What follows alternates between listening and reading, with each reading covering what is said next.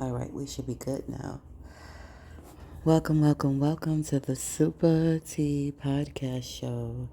So, um, I had an interesting conversation earlier. It was a fun conversation, but of course, me being me, um, I am always self-reflective, in all situations, and not to be critical of myself in a negative way, but to um, just be aware and um, growing.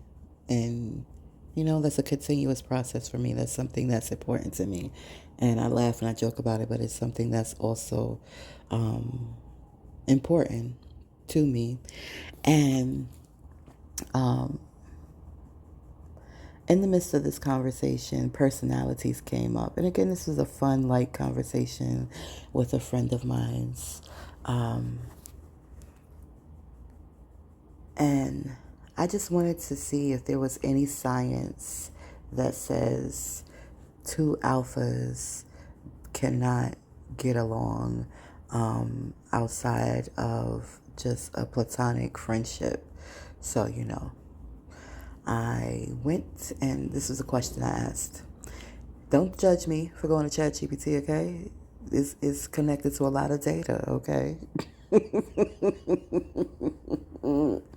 Intuitively, I felt and I feel like it is possible because I feel that there are people who are alphas who are in unions and in partnerships that are more than just platonic friendship and even more than just business.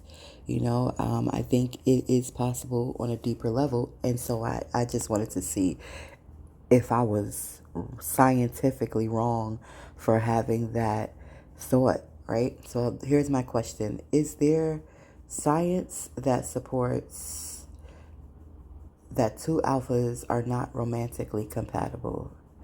And they said yes, but with an important nuisance.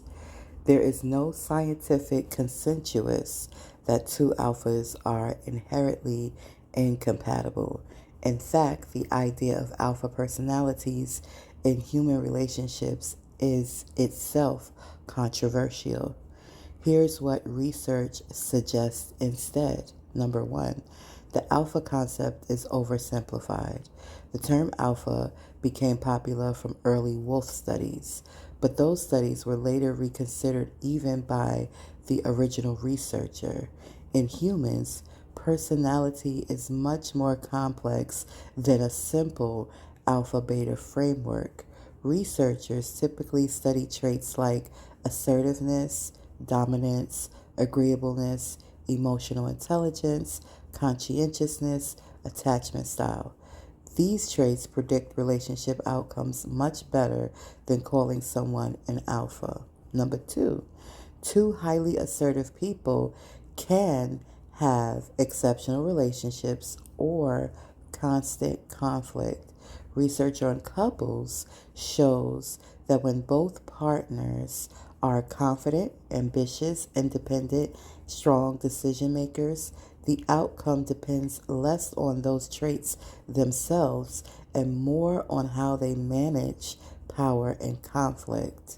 If both partners respect one another, communicate well, take turns leading, repair conflict quickly, celebrate each other's success, their relationship can be incredibly strong. If both insist on always being right or always being in control, conflict tends to increase. Number three, emotional intelligence matters more than dominance. Studies constantly find that long term relationship satisfaction is associated with emotional regulation, empathy, active listening, mutual respect, ability to compromise. These qualities predict success far more reliably than whether someone is highly dominant or assertive. Number four, leadership can be shared. Many thriving couples naturally divide leadership based on strengths. For one example, one may lead financially, the other may lead emotionally. One may excel at long term strategy, the other may shine in daily logistics. Healthy couples often shift leadership depending on the situation rather than trying to establish one permanent leader. 5. What predicts trouble? Research suggests relationships struggle more when there is contempt, defensiveness, constant competition, lack of respect, and power struggles. These behaviors can occur with any personality type, not just assertive people. So, can two alphas make it? Absolutely. Many successful entrepreneurial couples, executives, military couples, physicians, lawyers, and athletes are both highly driven and successful. What distinguishes the strong relationships is not that one partner dominates the other, but that they view themselves as a team.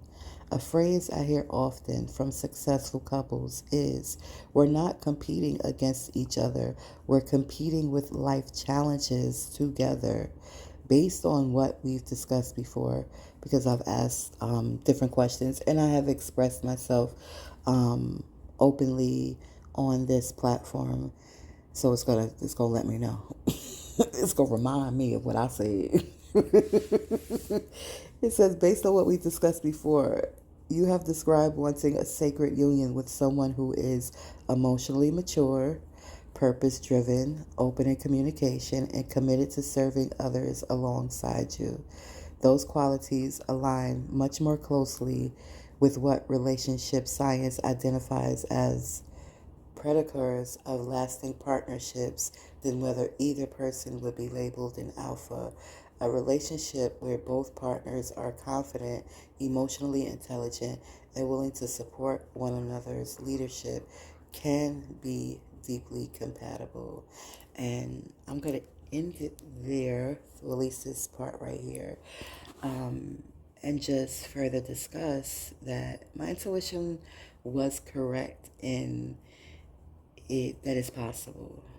Now, what I also know intellectually and logically is that for anything to be possible, that it requires whoever's involved with that possibility to, number one, want that possibility, number two, be willing to do the work to make that possibility an actual reality. And so, I love the fact that I have some intelligence.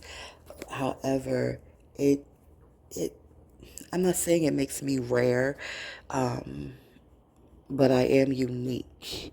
And I'm unique in the sense that my intelligence, um, I enjoy using it uh, to solve issues, and not in a way that is manipulative or, you know, advantageous over individuals who may not have the same IQ.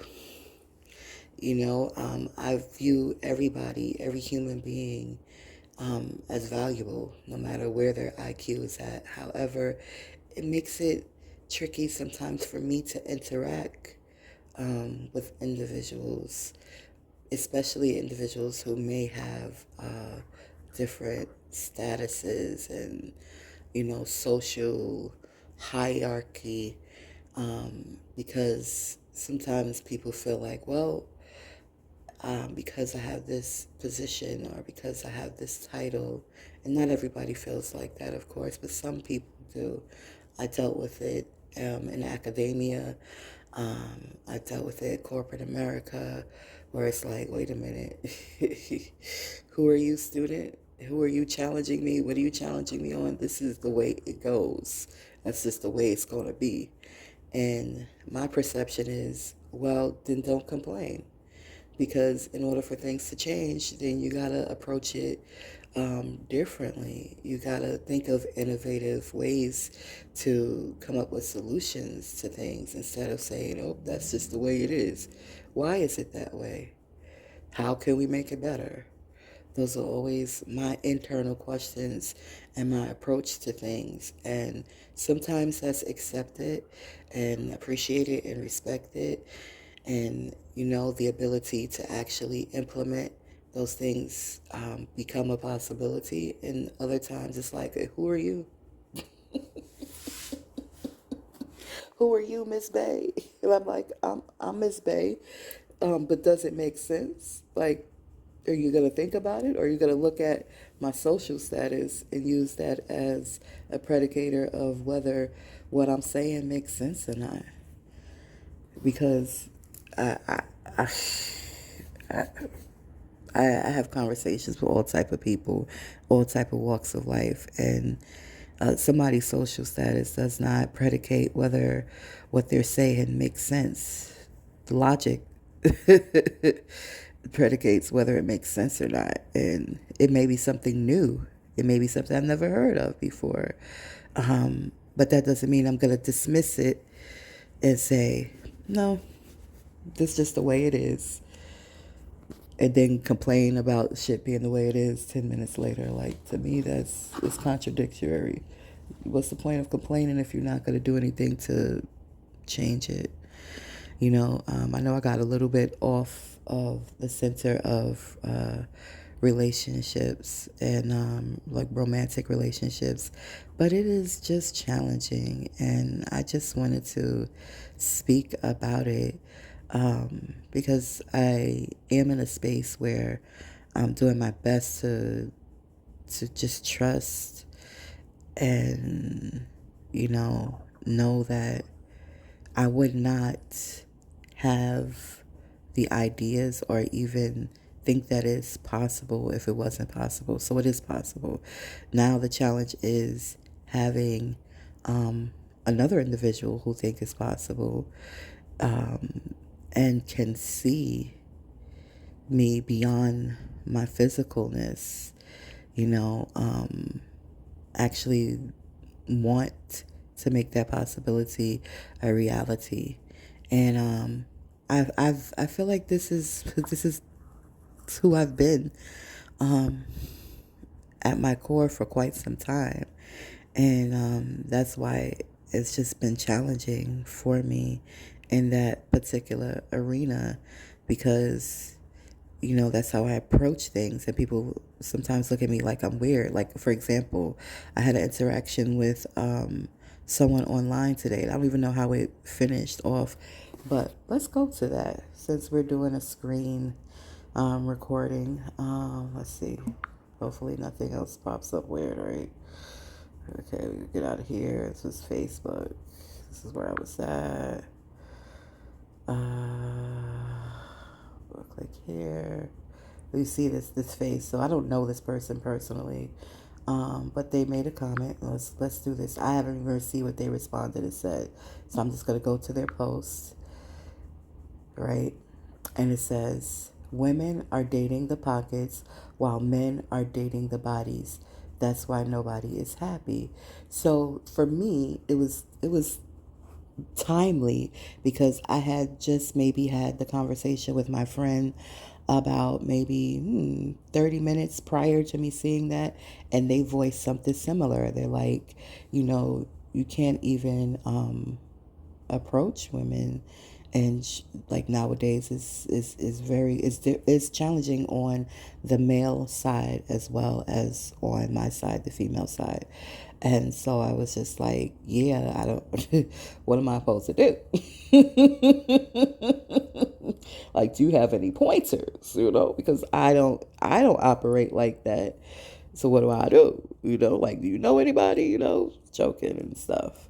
And so I responded and I said, and I'm the weird one interested in the heart and mind of a man, right? And so here we go. We about to go down the rabbit hole, people. And we gonna see what he responded, because you see that little face. He didn't like what I had to say, but what I had to say was the truth, you know? So it started off light, but it got deep. We gotta go down this together. right? Because I got off. I got off. Once I went deep, I was like, you know what? Let me take a break. Because I don't even know this person. And so I'm not about to go back and forth with you. But you're not going to tell me something that don't make no sense. So this makes sense, right? This is where we start. He goes say, Islam, don't change. All right, here we go. What's Islam? Is Islam a religion? A religion? No, it is, and it's not. In this conversation, Islam, I self law and master over me. That's what it is, right? So thank you for telling me you're master over yourself. Thank you for asking me not to change. But I'm in my feelings already, okay? So this is my response back. I can't help but age now. I couldn't stay 28 forever, and I sure enough can't stay 43 forever. And then he tells me again, I self law master, sister. You can do it. I can do what? Follow the prophet. And this is where I go off. This is where the fuck I go off. Okay, thank you for telling me that you self law and master over you. Likewise, I self law and master over me. Follow who? And then I had to go in. And I went in and I said the truth. I said, do what? I can do what? I cannot age. And then I laughed a little bit. Like, how I'm supposed to not age? I was supposed to stay 28. I'm supposed to stay 43. What you saying? It went over his head, and that's okay. It went over his head, but it was a true fact. It's a true fact, right? And then I went in to let him know. Listen, don't come with me with that lingo. Like I don't know who the heck I am, and I don't know what the heck is going on. That's not what we're talking about here. We're talking about just the challenges, period. And the fact that every woman is not after somebody's freaking pockets. There are women that are concerned with the mind and with the heart of a man versus concerned with the pockets first. Okay, I get that bills got to be paid and you want somebody who can generate finance. I get all of that, but that's not the freaking priority. And I don't think it's a priority for a lot of women nowadays, neither. Maybe younger women, but not older women who are not in a union or a marriage, because a lot of older women, they know how to provide their own necessities. So they're not like, oh, what can you give me? They're like, are we compatible? Where's your heart at? Do you align? And I can't speak for all of them, but I could definitely speak for myself. So anyway, this is my response to him. Do what? Not age? And then I let him know. Mother, you want me to follow a son? You want me to follow Mr. Timothy? Listen, I had to let him know. I know my heritage. I know I'm a national. I know I'm indigenous. I filed my proclamation and status correction publicly back when I was 28. So stay looking at hearts is what you're telling me to do, which I'm going to do regardless. But now you're telling me to follow an ancestor. Why are you telling me to follow an ancestor? Specifically, follow Timothy Drew. And then, and I don't got nothing wrong with, listen, I respect what Timothy Drew did. I appreciate it. It was good for that point in time in history, right? But we had a whole nother point in time in history. Timothy Drew was born in 1913, okay? We in 2026. So, okay, he took the secrets from his lodge and he put it out there to the world. And, he had access to information and he shared it with the world and he wasn't supposed to. And they killed him because of that, right? That's what I feel happened. Maybe there's some more to that, but that's the overall view, right? Um, and I said it, and I don't know what he said. And he said, "You can't communicate without crashing out." Then please unfriend me. I can't help you. I wouldn't know where to start or what to do. Honestly, I didn't go to school for that. What was the crash out? It's the truth. I was like, is that what you tell your daughters? Like, do they have loving men who love their hearts? I mean, and are their hearts only worthy if they're following an ancestor who broke their oath? He got upset about that. He got upset about that. You call that a crash out? I'm gonna respond now. Islam. Uh huh.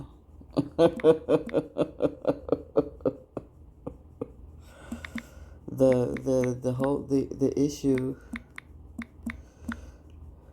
between men and women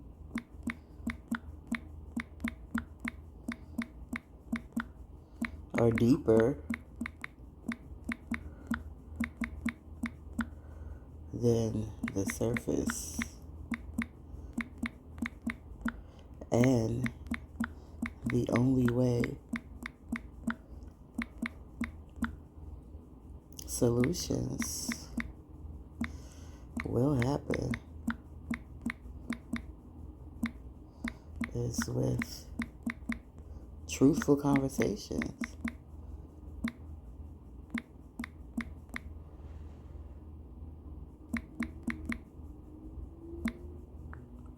Not generalize,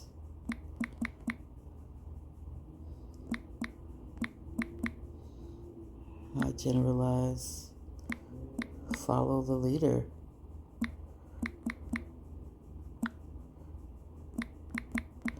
Especially when one's supposed to be leading themselves.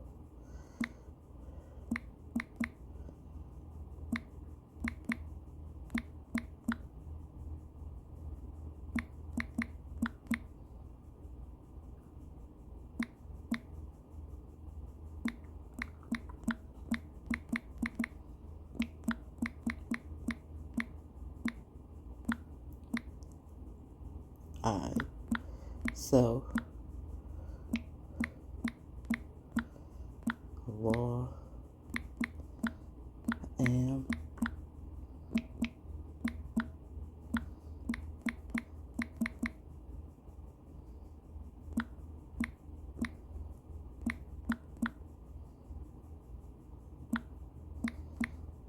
is they don't like me telling the truth, and I get it, and I get it. It's not comfortable, but I have not taken any oaths as of date. So I can speak freely and I can speak openly as of now, and okay, call it what you want. I knew I was upset. That's why I got off of the thing. I said because I'm not even upset at that person. I'm just upset in general because it's challenging. And I just am ready for solutions. And I just wonder how to work towards other solutions that are on a bigger scale in life, when just finding solutions in love is such a freaking challenge. It's like that's when my neurons is like, what? Because it's clear to me, but I just want it to be clear to everybody. And I know that's a big ask, right? But at least be clear to the partner that's for me. Like, I don't think that's a lot to ask.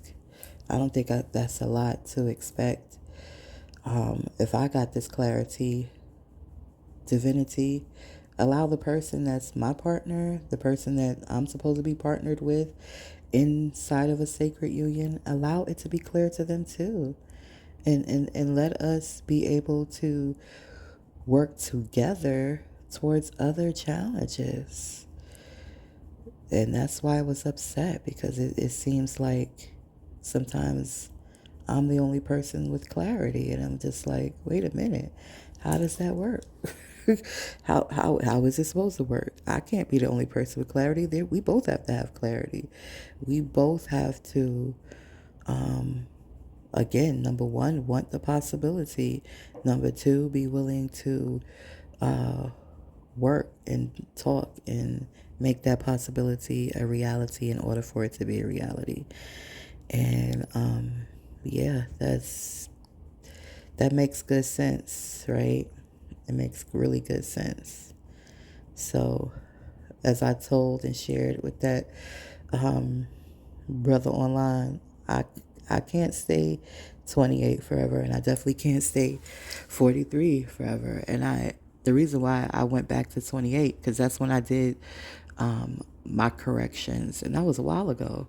And now it's a popular conversation. There's even, you know, younger people who have come together and they've even formed organizations, community organizations around people reclaiming their rights and practicing the law of the land, knowing the law of the land, which is tied to the Constitution of our nation, which is something that I feel we should be keeping alive.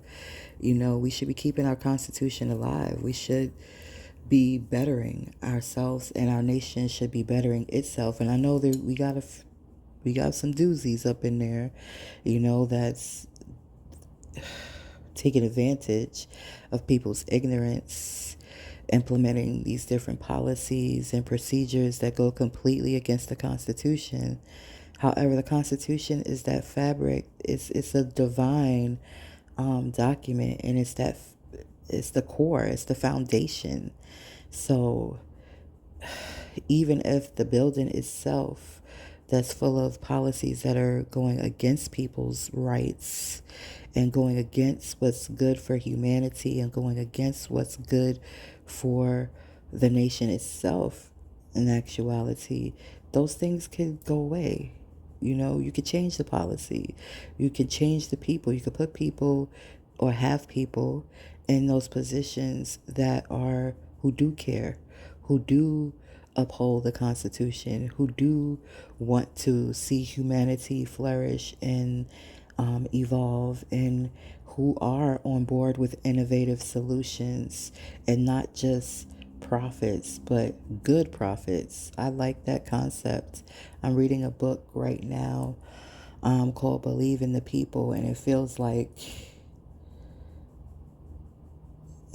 this person just knows my whole freaking soul, because all of the ideas that have been in my head generating, it's like I'm reading it coming out of somebody else's mouth in a form of a book, and not just coming out of somebody's mouth in a form of a book, but also being implemented. And I'm just like, oh, where is this person at? I'm not even in the second chapter yet. I'm just in the first chapter, and I'm just like, this is the fuck I've been talking about. And when I have those conversations with people that are around me, they look at me like I'm strange. Like, girl, you don't see the economy? And I'm like, yeah, I see the fucked up shit, but I also see the solutions. Can we focus there? And again, I know I got away from the core, which is romance and the romantic relationship, but it's all intertwined. It's all intertwined. So I did retreat from that conversation. I did take a nap. I emotionally ate some Popeye's chicken. Yeah, I did. And I took a nap, and now I'm up, and I'm not as upset. I actually feel better talking and having this discussion on my platform and sharing. It feels good. It feels good to share. It feels good to discuss. And, you know, again, I know it's possible. I know I don't know all of the details but I know the important details.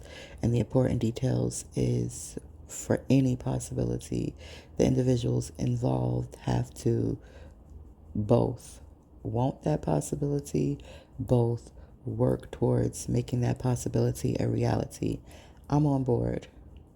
I'm doing the work. I've done the work. And again, going back to me making that comment of being 28 and 43, I was hit with a reality check today. One that blew my mind a little bit. The things that people are doing now, I, again, was doing at the age of 28.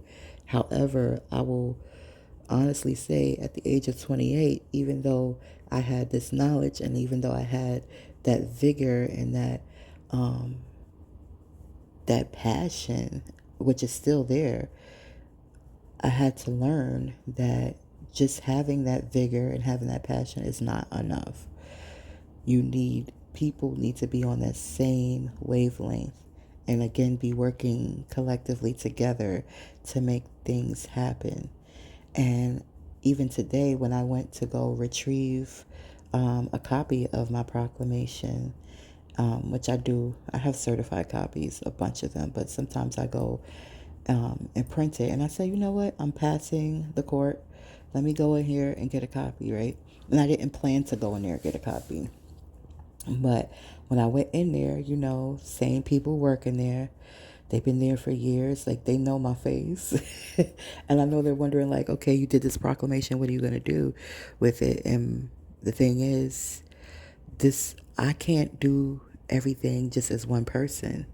Like, the people who are aware of the law of the land, we got to be working together in a positive way. And maybe I do need to go and congregate with people now again, since I've been getting invitations to go out in Harlem and see, but I've been skeptical, to be honest, because of my interactions over the years.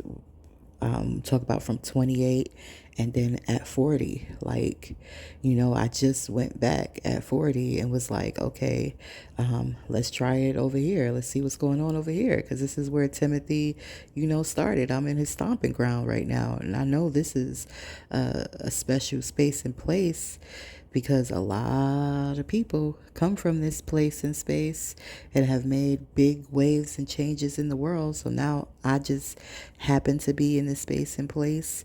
So let me interact with the people over here. And it was the same misogynistic BS. It was like, follow us, do what we say. And it's like, what? Follow you, do what you say. That's your solution? No, I have a mind of my own. I'm not just going to follow you and do what you say. No. No, take that misogyny and throw it somewhere. No. That's not what we're supposed to be doing. No. Bye. Love you, bye. I'm telling you, that's my mode of operandi. Love you, bye. Now either I can love you and we can work together, or love you, bye. Don't tell me just to follow you like I don't have no goddamn mind of my freaking own. You're not even doing nothing. You just doing rituals. You just saying the same shit over and over and over and over and over and over and over again. We got to do this because the prophet this and the prophet that. If you motherfuckers don't wake the motherfucker up and cut it out. Cut it out. Cut it all the way out. Look at where y'all meeting at. Like, you know what? I'm going to check out. Some other people because the people over here, they working on it still. It's all right. It's all right. We got the means. I know y'all got the means to be meeting somewhere else. Not in this little pocket in the cut. And nah, come on.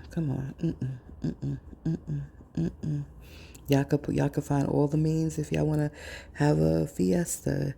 You could find the means if you want to shake your butts, But to actually have these real serious conversations and discussions, you got people cooped up in this little tight ass room. You don't got the finance to.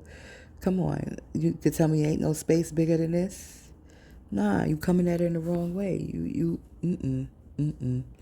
There's a reason why I walk in there as a woman, and there's only 2 other women in there. What's going on? What's really going on? So yeah, don't miss me with that follow the prophet stuff. Miss me with it, and I ain't crashing out because I'm telling you the truth. Even though I was in my feelings, but I wasn't in my feelings because of that. Because of what that stranger said. I just, voice myself truthfully and honestly, and that's how I am. So either you're going to accept it or like it or feel however you want. I'm not going to stop knowing the truth, living the truth, being me.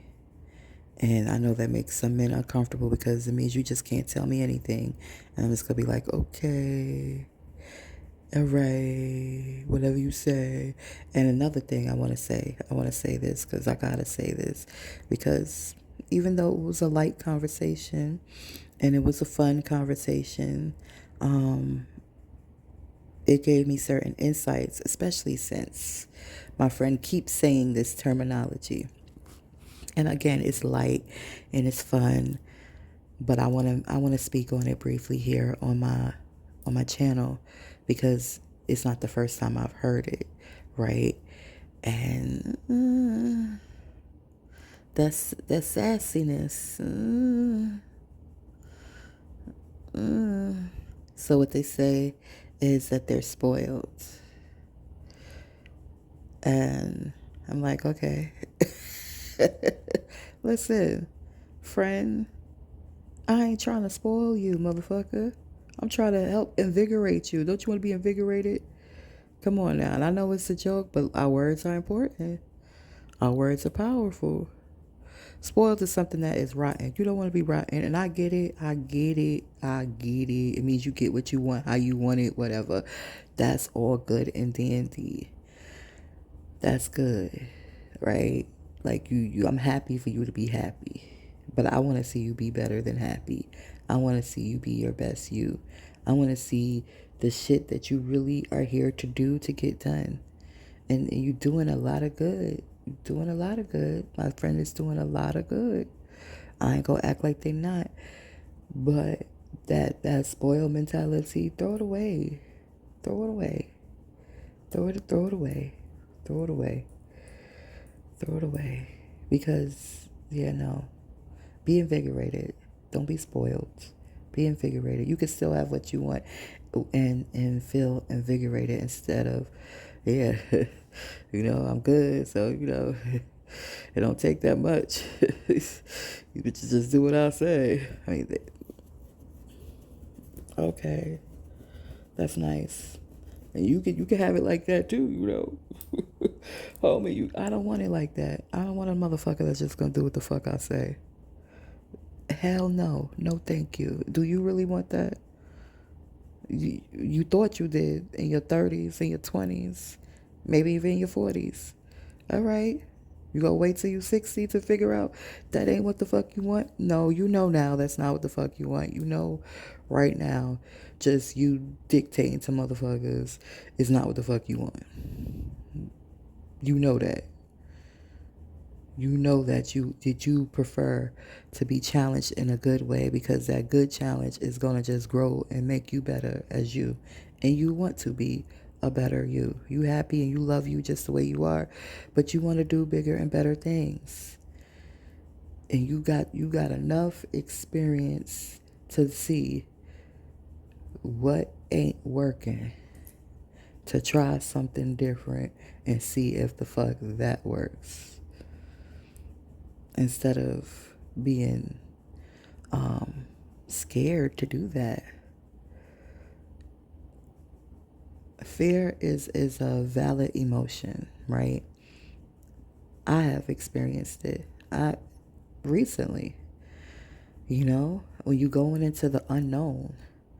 But I also know from my personal experiences that I have overcame so freaking much that even being fearful is not going to stop me from going forward. I'm going to do it anyway. I'm going to do it scared. I'm going to see. But I also know doing the same thing and expecting different results is the definition of insanity. So I'm not doing the same shit no more. And today I feel like I had a moment of doing the same goddamn thing. I think I even had on the same goddamn on dress. I was having a whole conversation with God like, God, what am I doing? Where am I going? Why, God? Why? Why? Why? Why? Why? what's the point? You know, I've done that before. When I was 28, now I'm 43. I'm doing the same thing, but I'm doing it differently because me following my intuition and following my internal guidance now is different. But I'm glad I had that reality check at the court, and people were like, hey, I know you.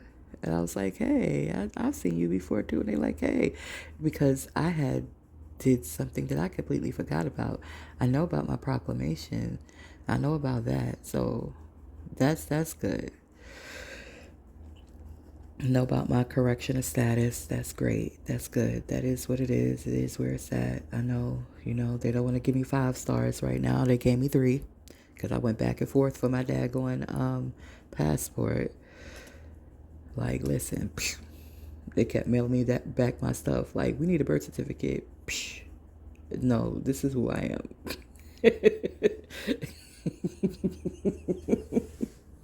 And then,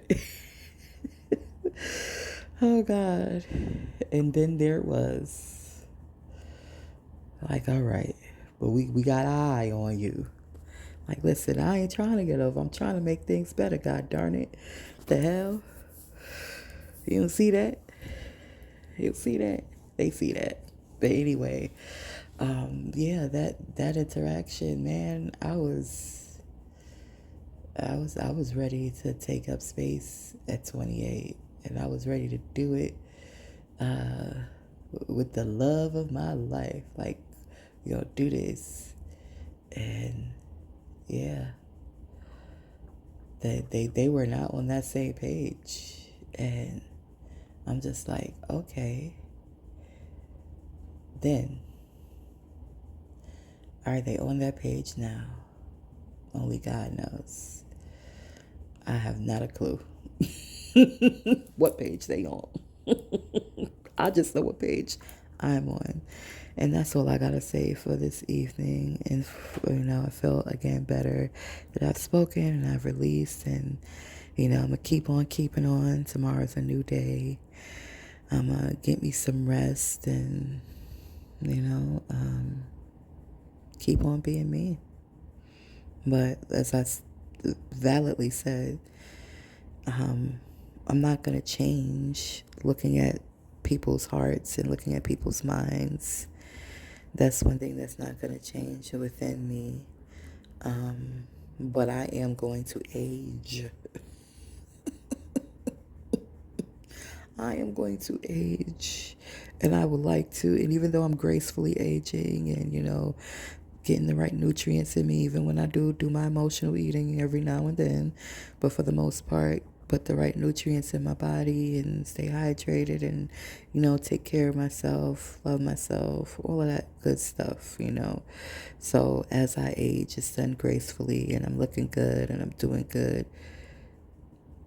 It's nice to age gracefully in a good, solid partnership, or in my preferred words, sacred union. That'd be nice. That'd be real nice. That'd be so nice. I think that'd be nice. I think that'd be nice for both of us. And that'd be nice. And I'm even open. Like, I'm open. My mind is open. It's not like it got to be like this. It gotta look like this. It gotta be like this. Gotta do. No, like I'm I'm open. I'm open minded, and I feel like consensual, healthy adults. Who's to say that something has to be one certain way? We're talking about innovation. We're talking about changes. We're talking about possibilities. The things that should be core and certain is number one. This is something that's wanted by the involved parties, number one, right? Number two, the involved parties have the emotional intelligence, the heart, and the spiritual groundedness within themselves to work to make that possibility a reality.